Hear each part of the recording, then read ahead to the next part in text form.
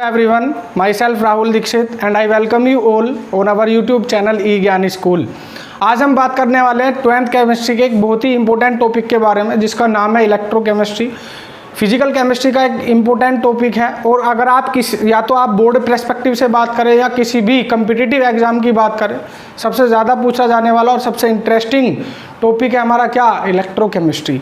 Electrochemistry है क्या, तो अगर आप इलेक्ट्रोकेमिस्ट्री की बात करें तो वो फिजिकल केमिस्ट्री की वो ब्रांच है जहाँ पर हम किसके बारे में डिस्कस करते हैं, सेल के बारे में डिस्कस करते हैं कि सेल है क्या, ठीक है, और कितने टाइप की सेल हो सकती है। तो फिलहाल इस बार का जो रिड्यूस सिलेबस के अकॉर्डिंग अगर हम बात करें तो हमें इलेक्ट्रोकेमिकल सेल और इलेक्ट्रोलाइटिक सेल के बारे में ही डिस्कस करना है, क्योंकि जो बैटरी का पोर्शन था इस बार वो रिड्यूस कर दिया है सीबीएसई ने, ठीक है। तो हम फिलहाल दो ही चीज़ों के बारे में बात करने वाले हैं, एक इलेक्ट्रोकेमिकल सेल और दूसरी हमारी क्या है, इलेक्ट्रोलाइटिक सेल, जिसके बारे में हम बात करेंगे।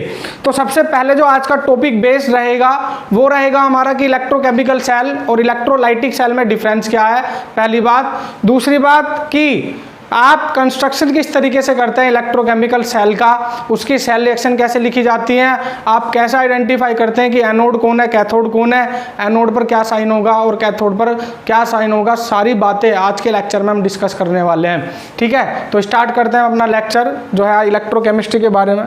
तो सबसे पहले अगर हम बात करें इलेक्ट्रोकेमिस्ट्री क्या है, फिजिकल की वो ब्रांच या केमिस्ट्री की वो ब्रांच जहाँ हम क्या करते हैं, सेल के बारे में डिस्कस करते हैं। तो आप लिख सकते हैं it is the branch of chemistry it is the branch of chemistry which deals with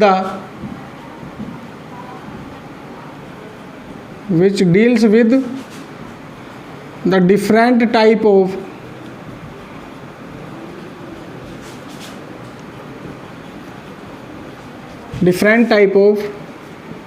cell, जहाँ पर हम किसके बारे में बात करते हैं, डिफरेंट टाइप की सेल के बारे में बात करते हैं, उसे क्या बोला जाता है, इलेक्ट्रोकेमिस्ट्री, ठीक है। बात करते हैं किस किस सेल के बारे में हम डिस्कस करेंगे। तो अगर हम बात करें यहाँ पर हम डिस्कस करने वाले हैं डिफरेंस किस किस के बीच में, इलेक्ट्रोकेमिकल सेल और इलेक्ट्रोलाइटिक सेल के बारे में कि क्या क्या डिफरेंसेस हो सकते हैं, ठीक है। तो जो टॉपिक है हमारा वो है डिफरेंस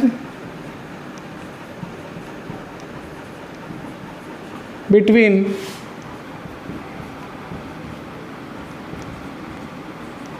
इलेक्ट्रोलाइटिक एंड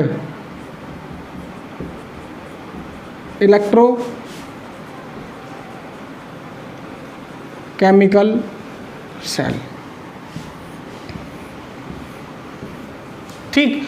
तो डिफरेंस क्या है, मेजर डिफरेंस क्या है यहाँ पे। तो सबसे पहले अगर हम बात करें तो इलेक्ट्रोलाइटिक सेल वो डिवाइस होती है जो क्या करती है, इलेक्ट्रिकल एनर्जी को किस में बदलती है, केमिकल एनर्जी में बदलती है। सबसे पहली बात तो यही है। तो अगर हम डिफरेंस टेबल बनाएं यहाँ पर, तो सबसे पहला जो डिफरेंस है वो ये है, अगर हम इधर लिखें इलेक्ट्रोलाइटिक सेल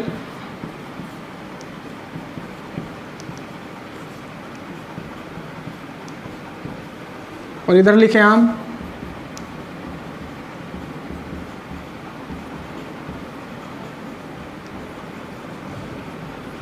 क्या, इलेक्ट्रोकेमिकल सेल या galvanic cell,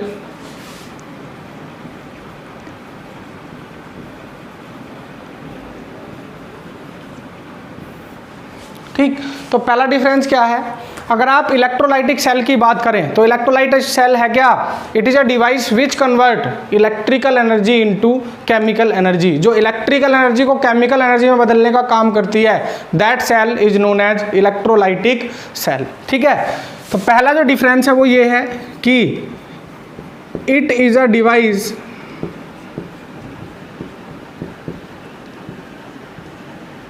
which convert electrical energy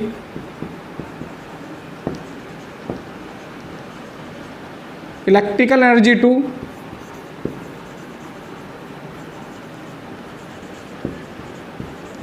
chemical energy.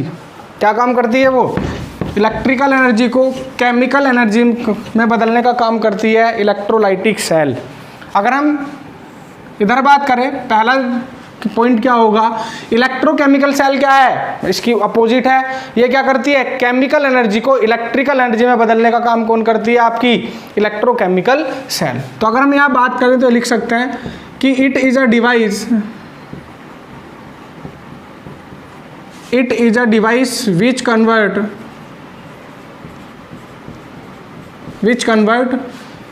Chemical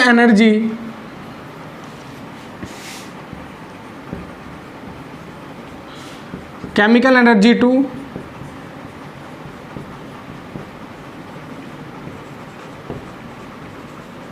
electrical energy.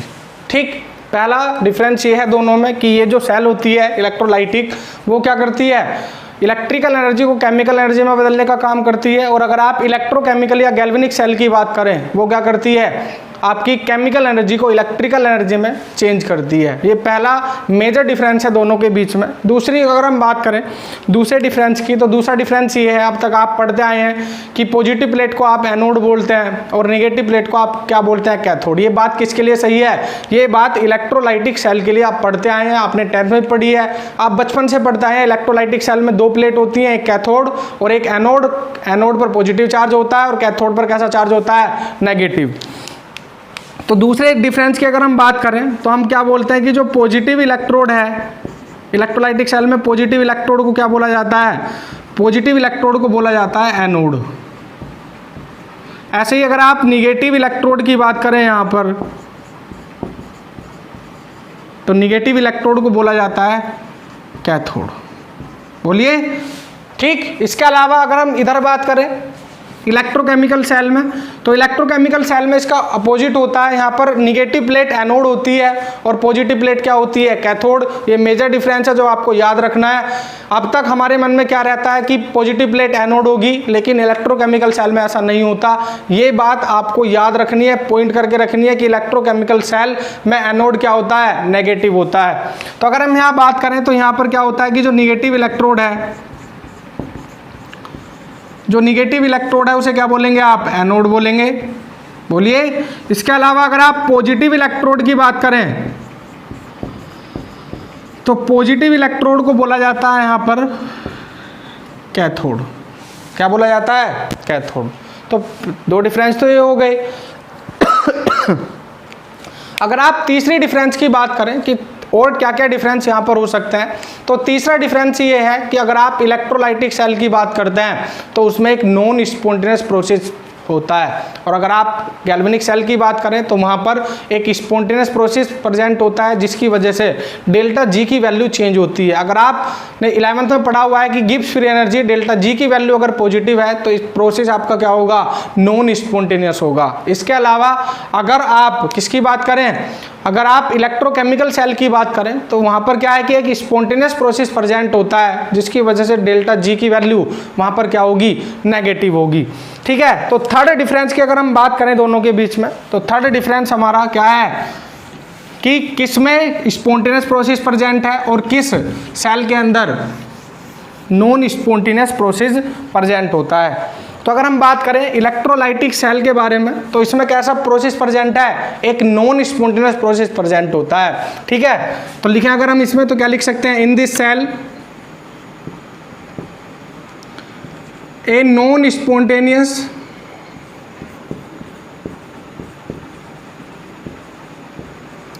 Spontaneous process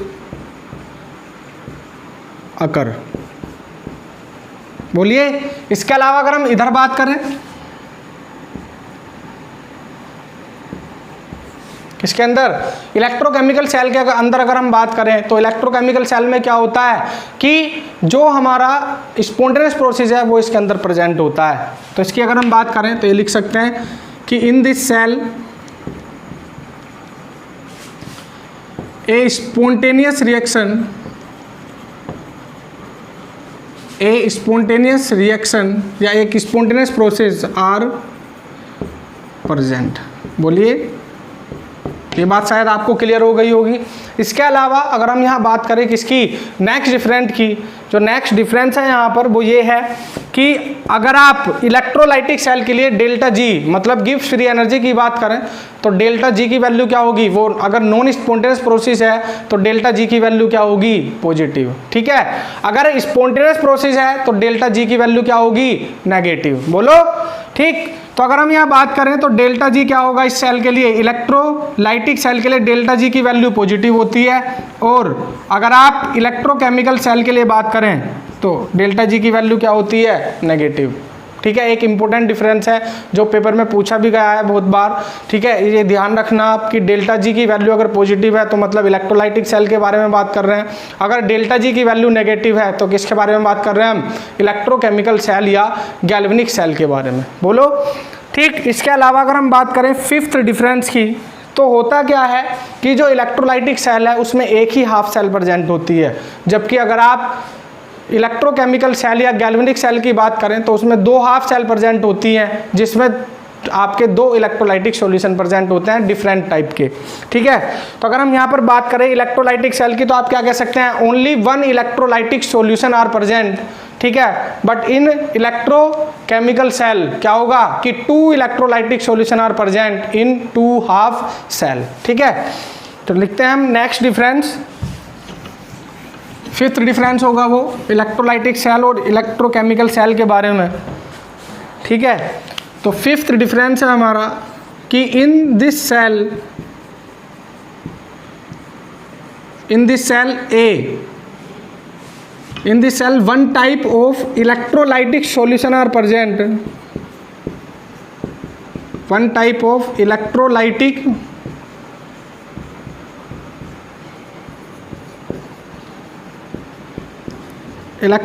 solution are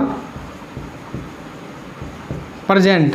बोलिए। इसके अलावा अगर हम इसमें बात करें इलेक्ट्रोकेमिकल सेल में, इसमें क्या होता है कि in this type of cell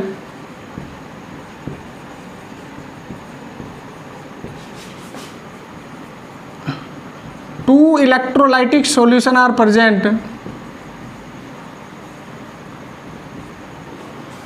two electrolytic solution are present in two half cell। बोलो। तो ये मेजर डिफरेंसेस थे, हमने 5 डिफरेंस की बात करी है यहाँ पर। पहला डिफरेंस था कि इलेक्ट्रोलाइटिक सेल इलेक्ट्रिकल एनर्जी को केमिकल एनर्जी में बदलती है, और इलेक्ट्रोकेमिकल सेल क्या करती है, केमिकल एनर्जी को इलेक्ट्रिकल एनर्जी में बदलने का काम करती है। दूसरे डिफरेंस की बात करें अगर हम, तो इलेक्ट्रोलाइटिक सेल में पॉजिटिव प्लेट क्या होती है, एनोड, और निगेटिव प्लेट क्या होती है, कैथोड, जबकि इलेक्ट्रोकेमिकल सेल में इसका अपोजिट होता है। थर्ड डिफरेंस हमने बात किया था कि इलेक्ट्रोलाइटिक सेल में एक नॉन स्पॉन्टेनियस प्रोसेस है जिसकी वजह से डेल्टा जी की वैल्यू क्या है, पॉजिटिव है, और इलेक्ट्रोकेमिकल सेल में एक स्पॉन्टेनियस प्रोसेस प्रेजेंट होता है जिसकी वजह से डेल्टा जी की वैल्यू क्या हो जाती है, नेगेटिव। इसके अलावा अगर हम इलेक्ट्रोलाइटिक सेल की बात करते हैं तो इलेक्ट्रोलाइटिक सेल में केवल एक ही हाफ सेल प्रेजेंट है, और एक ही हाफ सेल अगर प्रेजेंट है तो क्या है, केवल उसमें एक ही इलेक्ट्रोलाइटिक सॉल्यूशन प्रेजेंट होता है। जबकि अगर आप इलेक्ट्रोकेमिकल सेल की बात करें तो इलेक्ट्रोकेमिकल सेल में क्या है, 2 इलेक्ट्रोलाइटिक सॉल्यूशन प्रेजेंट होते हैं इन 2 हाफ सेल। वो आप पढ़ेंगे भी। सबसे पहले हम इस चैप्टर के अंदर इलेक्ट्रोकेमिकल सेल के बारे में ही डिस्कस करेंगे कि इलेक्ट्रोकेमिकल सेल का कंस्ट्रक्शन किस तरीके से होता है, ठीक है, उसकी सेल किस तरीके से रिप्रेजेंट की जाती है, ठीक है, और एनोड और कैथोड क्या होते हैं, सारी चीज़ें हम आज डिस्कस करेंगे इस लेक्चर के अंदर। ठीक है, तो जो नेक्स्ट टॉपिक है वो है हमारा कंस्ट्रक्शन ऑफ इलेक्ट्रोकेमिकल सेल या गैल्वेनिक सेल या डैनियल सेल। बोलो।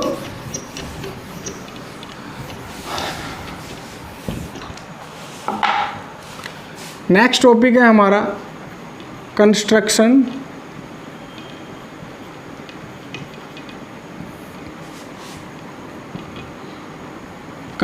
Of galvanic cell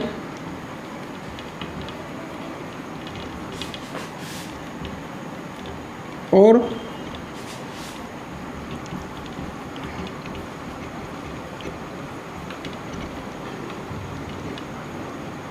electrochemical cell.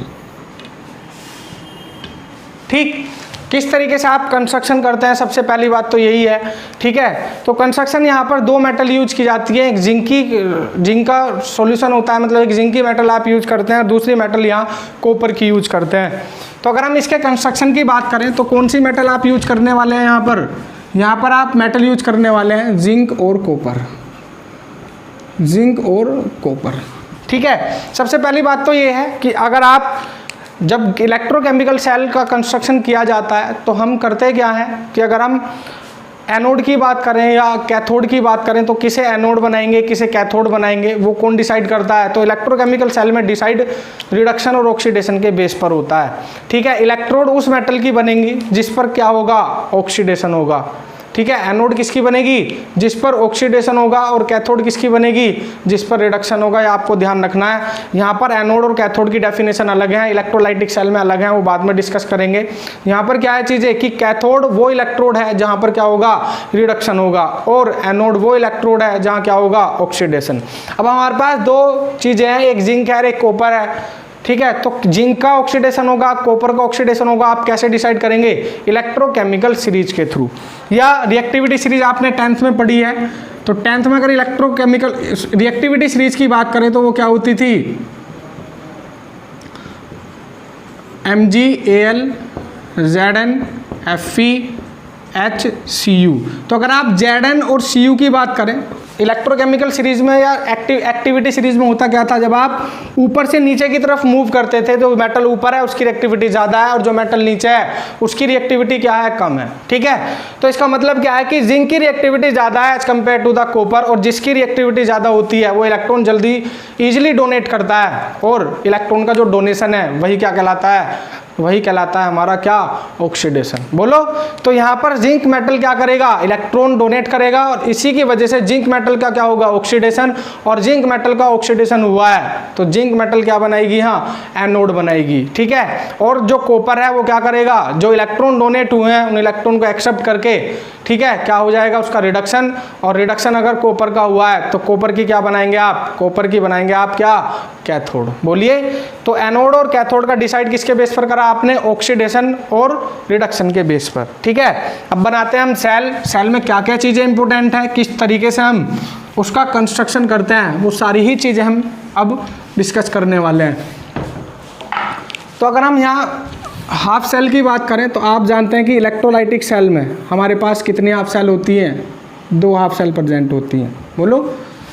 और 2 हाफ सेल प्रेजेंट हैं तो इलेक्ट्रोलाइटिक सॉल्यूशन भी कितने होते हैं, 2 इलेक्ट्रोलाइटिक सॉल्यूशन हमारे पास प्रेजेंट होते हैं। एक इलेक्ट्रोलाइटिक सेल ये है, दूसरी इलेक्ट्रोलाइटिक सेल क्या है, ये, ठीक। इसमें क्या करेंगे हम, देखिए लेफ्ट में एनोड को रखना है, कैसे पता करेंगे वो बताऊंगा मैं अभी आपको। अब हमारे पास 2 मेटल हैं, एक जिंक है और दूसरी क्या है, कॉपर। अगर आप जिंक मेटल की बात करें तो जिंक मेटल क्या हुआ है, ऑक्सीडेशन हुआ है। और आपको एक ध्यान रखना है, लोन याद रखना है आपको, लोन का मतलब है लेफ्ट ऑक्सीडेशन एनोड नेगेटिव। इसका मतलब लेफ्ट में क्या रखना है, वो हाफ सेल रखनी है जहाँ क्या हुआ है, आपका ऑक्सीडेशन हुआ है, ठीक है। ऑक्सीडेशन हुआ है, एनोड होगी, और एनोड कैसी होगी, नेगेटिव होगी। तो लोन का मतलब क्या है, लेफ्ट ऑक्सीडेशन एनोड नेगेटिव। और यहाँ पर अगर हम बात करें Zn और Cu के केस में ऑक्सीडेशन किसका हुआ है, जिंक का। इसका मतलब इस सेल के, ये जो हाफ सेल है आपकी, इस हाफ सेल के अंदर क्या लेंगे आप, जिंक की रोड लेंगे, और जिसकी रोड लेते हैं उसी के सॉल्यूशन में उसे डिप करते हैं। ऐसे ही यहाँ क्या होगा, कॉपर की रोड लेंगे आप, और कॉपर का ही क्या होगा, सॉल्यूशन होगा, ठीक है।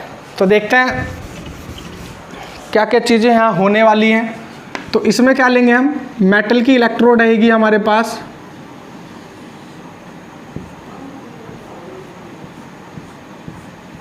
एक इलेक्ट्रोड ये है। दूसरी की बात करें अगर हम, तो दूसरी इलेक्ट्रोड हमारे पास ये है,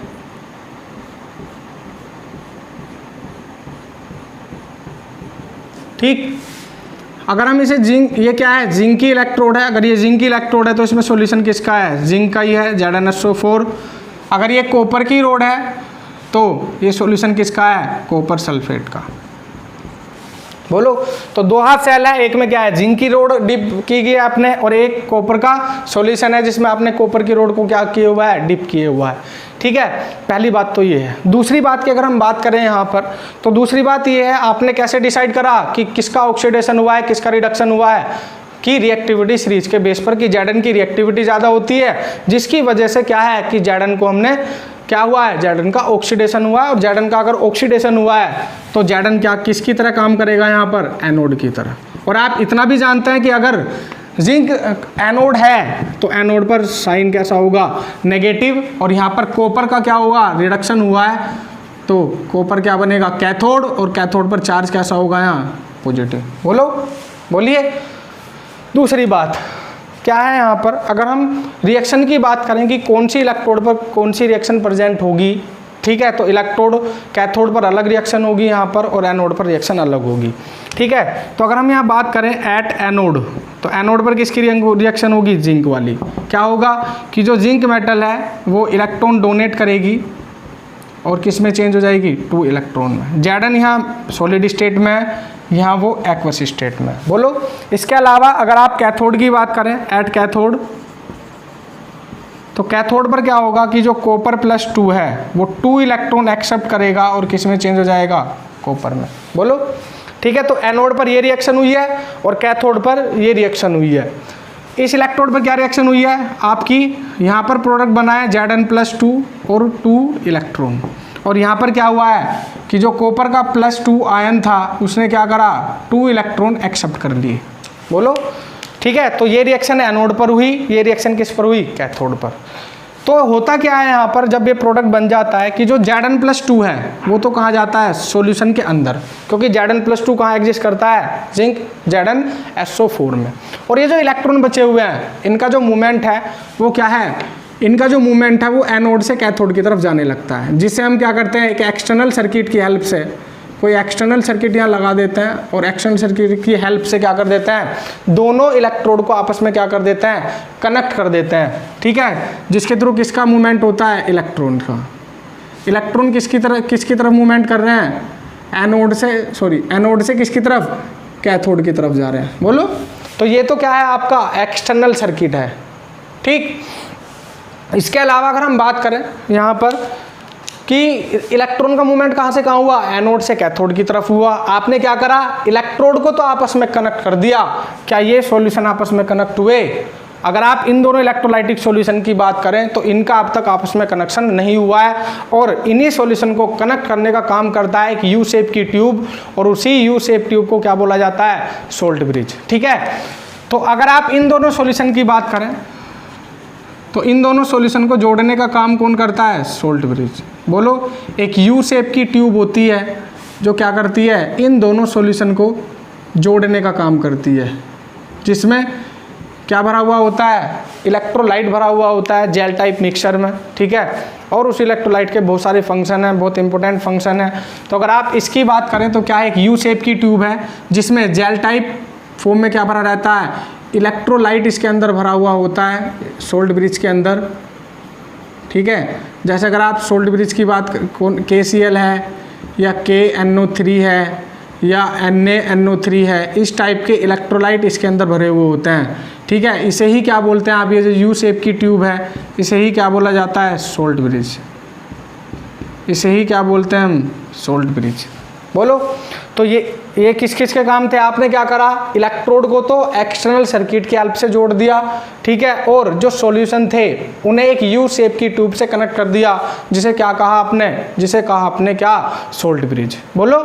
तो ये तो बात थी किसकी, सर्किट को कंप्लीट करने की, कि जो आउटर सर्किट था, जो इलेक्ट्रोड थे वो आउटर सर्किट के थ्रू कंप्लीट हो गए, इलेक्ट्रॉन का मूवमेंट एनोड से कैथोड की तरफ गया। और आप जानते हैं अगर इलेक्ट्रॉन का मूवमेंट एनोड से कैथोड की तरफ हुआ है तो करंट उसकी अपोजिट डायरेक्शन में मूवमेंट करता है, तो करंट किसकी तरफ फ्लो करेगा, कैथोड से एनोड की तरफ उसका मूवमेंट होगा। ठीक है, तो ये सर्किट कंप्लीट हुआ। अब बात करें अगर हम एनोड पर ये रिएक्शन हुई है, कैथोड पर ये रिएक्शन हुई है, अगर हम इसकी कंप्लीट सेल रिएक्शन लिखें तो कंप्लीट सेल रिएक्शन आप किस तरीके से लिखेंगे वो हम बात करते हैं यहाँ पर।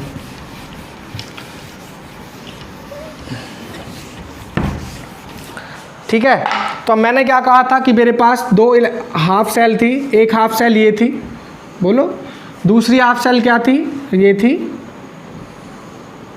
ठीक, मैंने कहा था मेरे इसके अंदर क्या है, ZnSO4 का सॉल्यूशन है और इसी सॉल्यूशन में जिंक की रोड आपने डिप की हुई है और इस सॉल्यूशन में कॉपर की रोड डिप की हुई है। और अगर डिप किस सॉल्यूशन में हुई है, कॉपर के ही सॉल्यूशन में डिप किया हुआ है और कॉपर का वो सॉल्यूशन क्या है, CuSO4।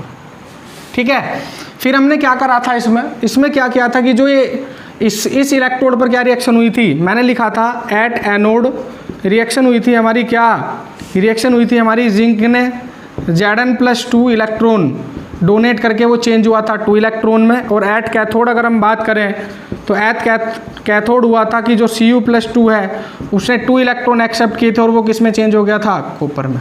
ठीक है, तो इस सेल पे कौन सी रिएक्शन हुई, इस सेल पे रिएक्शन हुई, एक तो बना आपका Zn+2 और साथ में 2 इलेक्ट्रॉन निकले। मैंने कहा कि Zn+2 कहाँ चला गया, सॉल्यूशन के अंदर। और इस सेल पर क्या हुआ है, इस सेल पर जो Cu+2 था उसने 2 इलेक्ट्रॉन एक्सेप्ट कर लिए और कॉपर का क्या हो गया, रिडक्शन। अगर इसका ऑक्सीडेशन हुआ है जिंक वाली इलेक्ट्रोड का, तो जिंक क्या था, एनोड था, बोलो, और जिंक एनोड था तो उस पर साइन क्या था, निगेटिव। और मैंने कहा कि कॉपर था, कॉपर का रिडक्शन हुआ है, अगर कॉपर का रिडक्शन हुआ है तो कॉपर क्या है, कैथोड है।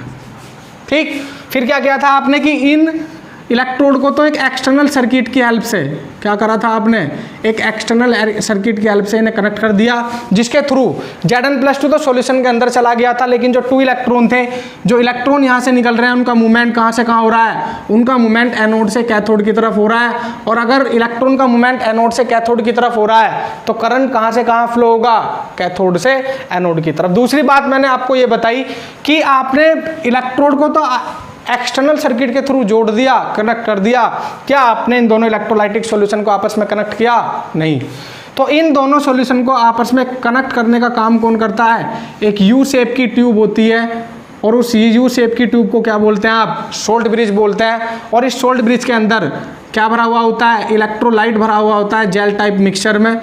ठीक है, और इस इलेक्ट्रोलाइट के पास कुछ प्रॉपर्टी भी होती है, हम आगे समझेंगे, जैसे KCl है हमारे पास, KNO3 है हमारे पास, NaNO3 है। जेल टाइप मिक्सचर में इसके अंदर इलेक्ट्रोलाइट्स भरा हुआ होता है और इस यू शेप ट्यूब को ही क्या कहते हैं आप, सोल्ट ब्रिज बोलते हैं। और इसे ये क्या करता है, इनर सर्किट को कंप्लीट करता है। बात इतनी बता चुके थे, मैंने कहा था कि कैथोड पे ये रिएक्शन हुई है, एनोड पर ये रिएक्शन हुई है। अगर आप कंप्लीट रिएक्शन लिखें यहाँ पर तो कंप्लीट रिएक्शन कैसे लिखेंगे आप, दोनों रिएक्शन को क्या कर दें आप, ऐड कर दें। जब दोनों रिएक्शन को आप ऐड करोगे तो क्या होगा, देखें क्या बनेगा, जिंक प्लस Cu+2 और बनेगा आपका Zn+2 और प्लस के Cu। बोलो, ये है आपकी क्या, कंप्लीट सेल रिएक्शन। ठीक है, तो थोड़ा ऊपर लिख देते हैं, शायद आपको दिखाई नहीं दे रहा होगा। ठीक है, तो ये डायग्राम आपको समझ में आ गया होगा। सेल रिएक्शन की बाद में बात कर लेंगे। देखिए, दूसरी बात हमें यहाँ बात करनी है कि इस सेल के अंदर होता क्या है, इस इलेक्ट्रोड पर Zn+2 की अमाउंट धीरे धीरे बढ़ती जा रही है। और Zn+2 की अमाउंट अगर इस सॉल्यूशन के अंदर ज़्यादा हो गई तो क्या होगा, इस सॉल्यूशन के अंदर पॉजिटिव चार्ज की अमाउंट ज़्यादा हो जाएगी। और पॉजिटिव चार्ज की अमाउंट अगर ज़्यादा हुई है तो क्या होगा कि जो Zn+2 यहाँ पर अगर ज़्यादा हो गया है तो ये इन इलेक्ट्रॉन का मूवमेंट इन इलेक्ट्रॉन को क्या कर लेगा, एक्यूमुलेट कर लेगा और इन इलेक्ट्रॉन को यहाँ से मतलब एनोड से कैथोड की तरफ नहीं जाने देगा। किसकी वजह से, due to the excess charge, excess positive charge. ऐसे ही अगर हम इधर बात करें तो यहाँ पर अगर हो क्या रहा है कि जो Cu+2 है वो इलेक्ट्रॉन को एक्सेप्ट करता जा रहा है, मतलब पॉजिटिव चार्ज की जो कंसंट्रेशन है वो क्या है, कम होती जा रही है। तो इधर क्या हुआ, पॉजिटिव चार्ज बढ़ता जा रहा है। इधर क्या हो रहा है कि जो पॉजिटिव चार्ज है वो कम हो रहा है, तो कहीं ना कहीं नेगेटिव चार्ज क्या है, बढ़ रहा है। तो क्या है, चार्ज डिफरेंस आ गया है किस किस के बीच में, सेल के, इन सेल के बीच में। इसमें पॉजिटिव चार्ज ज़्यादा हो गया है और इसमें क्या हो गया है, निगेटिव चार्ज ज़्यादा हो गया है। तो इन जो यहाँ पर डिफरेंस आ गया है चार्ज में, इस चार्ज को न्यूट्रल करने का काम कौन करता है, सोल्ट ब्रिज के अंदर जो आपका इलेक्ट्रोलाइट भरा हुआ है उसका काम क्या होता है, उसके पास 2 आयन है। अगर आप यहाँ पर बात करें K+ की और Cl- की किसी भी इलेक्ट्रोलाइट की, तो सपोज अगर इस वाली सेल के अंदर क्या हो रहा है, इस वाली सेल के अंदर अगर पॉजिटिव चार्ज इंक्रीज हो रहा है तो इलेक्ट्रोलाइट क्या करता है, सोल्ट ब्रिज के अंदर जो इलेक्ट्रोलाइट है वो अपने निगेटिव आयन को इसके अंदर भेज देता है और अपने पॉजिटिव आयन को उसके अंदर भेज देता है। कब तक, जब तक दोनों तरफ चार्ज क्या ना हो जाए, बैलेंस ना हो जाए। ठीक है तो सोल्ट ब्रिज का मेन फंक्शन है कि वो क्या करता है, जो आपकी न्यूट्रलिटी है, इलेक्ट्रिकल न्यूट्रलिटी, उसे मेंटेन करके रखता है। चार्ज डिफरेंस जो हुआ है यहाँ पर Zn+2 बहुत ज़्यादा अमाउंट में बनेगा तो पॉजिटिव चार्ज ज़्यादा हो जाएगा, जिसकी वजह से वो इलेक्ट्रॉन के मूवमेंट को इधर से इधर नहीं जाने देगा। और अगर ऐसा हुआ तो सेल वर्किंग में नहीं होगी, सेल काम नहीं करेगी। तो सोल्ट ब्रिज के कुछ फंक्शन होते हैं मेन। पहला फंक्शन यही है कि वो इनर सर्किट को कंप्लीट करता है। दूसरा फंक्शन ये है कि वो करता क्या है कि जो उसके अंदर इलेक्ट्रोलाइट प्रेजेंट है, चार्ज डिफरेंस आने की वजह से जो इन हाफ सेल में चार्ज डिफरेंस आ जाता है, रिएक्शन फास्ट होने की वजह से कि Zn+2 अगर बहुत ज़्यादा अमाउंट में बन गया तो यहाँ पॉजिटिव चार्ज ज़्यादा हो जाता है और इधर क्या होगा कि चार्ज क्या हो जाएगा, कम। इसी चार्ज को बैलेंस करने के लिए वो अपने क्या करता है, इलेक्ट्रोलाइट के आयंस को इन सेल के अंदर भेजता है। जिधर पॉजिटिव चार्ज बढ़ रहा है उधर अपना नेगेटिव आयन भेज देगा और जिधर नेगेटिव चार्ज बढ़ रहा है उधर अपना पॉजिटिव आयन भेज देगा। लेकिन कंडीशन एक है कि जितनी देर में पॉजिटिव आयन हाफ सेल में जा रहा है उतनी ही देर में नेगेटिव सेल जो नेगेटिव आयन है वो दूसरी किस में जाए, सेल में जाए। ऐसा ना हो कि K+ के जाने की स्पीड तो बहुत फास्ट हो और Cl- के जाने की स्पीड क्या हो, बहुत कम हो। दोनों की स्पीड सेम होनी चाहिए। जितनी देर में पॉजिटिव आयन सेल के अंदर जा रहा है उतनी ही देर में क्या होना चाहिए, नेगेटिव आयन सेल के अंदर पहुंचना चाहिए। तो ये सोल्ट ब्रिज के फंक्शन थे। या इस सेल की बात करें तो 2-3 चीज़ें इसमें इंपॉर्टेंट थी कि सोल्ट ब्रिज का काम क्या है, सोल्ट ब्रिज करता क्या है, इनर सर्किट है, आउटर सर्किट है। तो ये क्या होता है, आउटर सर्किट होता है। ठीक है, अब बात करते हैं कि इस सेल के अंदर कौन कौन सी रिएक्शन होंगी। कंप्लीट सेल रिएक्शन आप कैसे लिखेंगे और किसी भी सेल को रिप्रेजेंट करने का तरीका क्या होगा। ठीक है, तो अगर हम यहाँ बात करें किसकी, सेल रिएक्शन की, तो मैंने बोला था एट एनोड रिएक्शन कौन सी हुई थी, एट एनोड रिएक्शन हुई थी। जिंक चेंज हुआ था किसमें, Zn+2 में, और क्या बनाए थे उसने, 2 इलेक्ट्रॉन। मैंने बोला आपसे कि कैथोड पर कौन सी रिएक्शन हुई, कैथोड पर रिएक्शन हुई कि जो कॉपर +2 था उसने क्या करा, 2 इलेक्ट्रॉन एक्सेप्ट करे और वो किस में चेंज हो गया, कॉपर में। ये एक्वस मीडियम में है, ये सॉलिड में है। जहाँ चार्ज होगा वो एक्वस मीडियम होगा, जहाँ चार्ज नहीं होगा वहाँ मेटल किस में होगा, सॉलिड स्टेट में होगा। मैंने कहा कि सेल रिएक्शन लिखनी है मुझे, तो सेल रिएक्शन जब मैं लिखूंगा तो दोनों रिएक्शनों को क्या कर दूंगा मैं ऐड। जो एनोड और कैथोड की रिएक्शन है तो क्या बनेगा, इधर Zn बनेगा, Cu+2 बनेगा। ठीक है, इधर बनेगा आपका Zn+2 और इधर क्या बनेगा आपका Cu। बोलो ठीक, ये क्या है आपकी कंप्लीट सेल रिएक्शन। अब बात करते हैं कि आप जब हमारे पास सेल है, ठीक है, आप उस सेल को रिप्रेजेंट कैसे करेंगे, उसका रिप्रेजेंटेशन कैसा होगा, उसी की हमें बात करनी है यहाँ पर। तो अगर हम सेल रिप्रेजेंटेशन की बात करें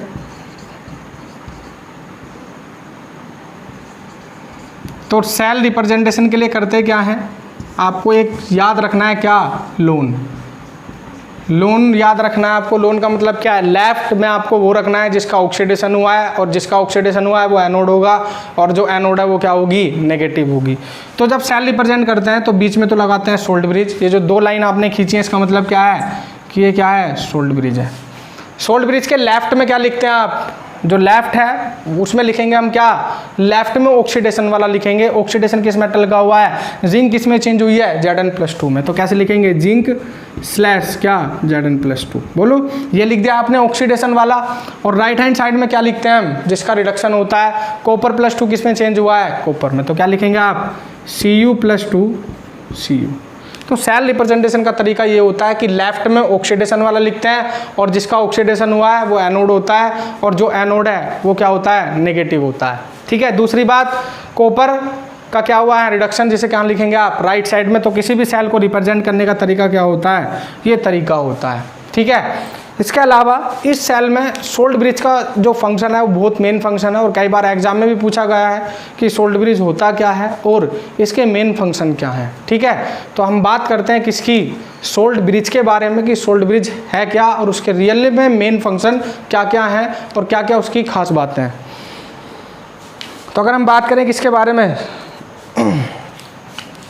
सोल्ट ब्रिज के, तो सोल्ट ब्रिज एक यू शेप की ट्यूब है जो एक इनर सर्किट, सेल का इनर सर्किट होता है, उसे कंप्लीट करती है।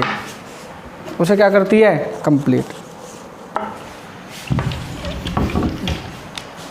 तो नेक्स्ट टॉपिक है हमारा क्या, salt bridge.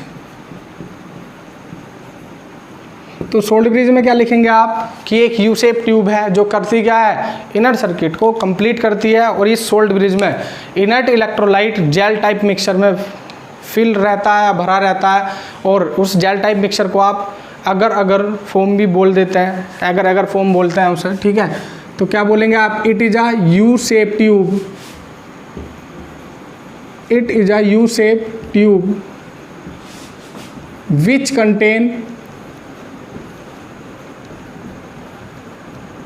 contain an inert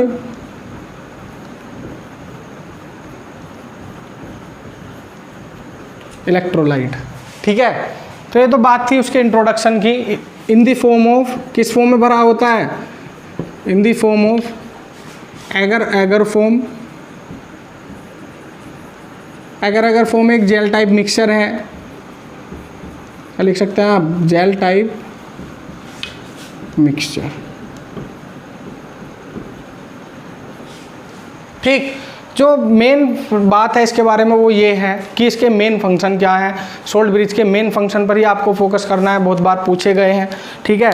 तो फंक्शन की अगर हम बात करें यहाँ पर, तो फंक्शन ऑफ सोल्ड ब्रिज अगर हम लिखें, फंक्शन ऑफ सोल्ड ब्रिज, तो फंक्शन ऑफ सोल्ड ब्रिज है हमारे, सोल्ड ब्रिज का जो पहला फंक्शन है वो क्या था, इनर सर्किट को कंप्लीट करना। दूसरा फंक्शन क्या था, अपोजिट आयन को दूसरी तरफ वो भेजता है, जिधर पॉजिटिव चार्ज आता है वो नेगेटिव चार्ज भेजता है, और जिधर नेगेटिव चार्ज आता है उधर कौन भेजता है, पॉजिटिव चार्ज। इसका मतलब सेल के अंदर इलेक्ट्रिकल न्यूट्रलिटी को क्या करता है, मेंटेन। और तीसरी जो बात है वो ये है कि जो दोनों हाफ सेल में सॉल्यूशन प्रेजेंट थे, उन दोनों सॉल्यूशन को आपस में इंटरमिक्स होने से, मिक्सिंग से क्या है, प्रिवेंट करता है, रोकता है, ठीक है। तो पहला फंक्शन क्या है, it complete the inner circuit, it complete the inner circuit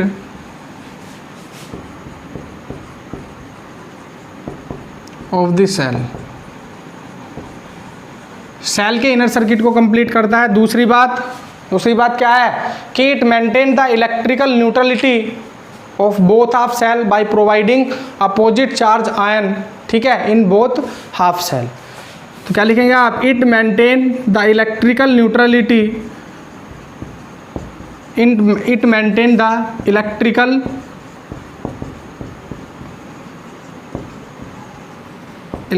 neutrality by providing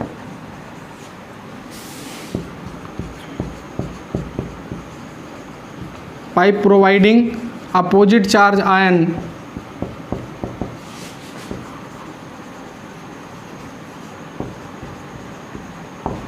by providing opposite charge ion, ठीक है।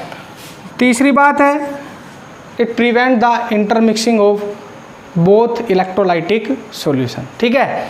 तो थर्ड की बात करें तो क्या लिख सकते हैं आप, it prevent the mixing of